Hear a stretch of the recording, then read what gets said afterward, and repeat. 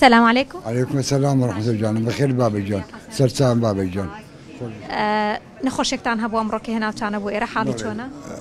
فنا بخوا باش دەبی ئینشاءالله تازە هێناوە برتم وەلای دکتۆرە. چۆن بوو نەخۆشخانەی میهرەبانیتان هەڵبژار؟ والله هەموو مستەشفەکان هەرزانتر لە باندێ بەڕاستی داوای زۆر هاوکاری خەڵک دەکەن. ئەرێ وەڵڵا ئێوە هاوکاری کراون؟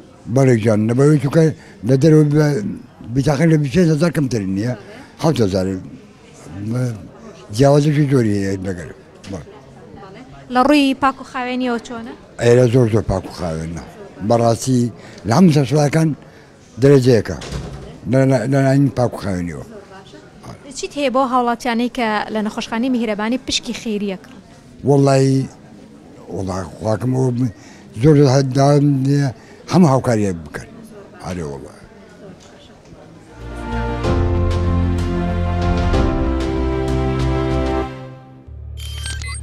میهرەبانی دڵسۆزی و لێزانی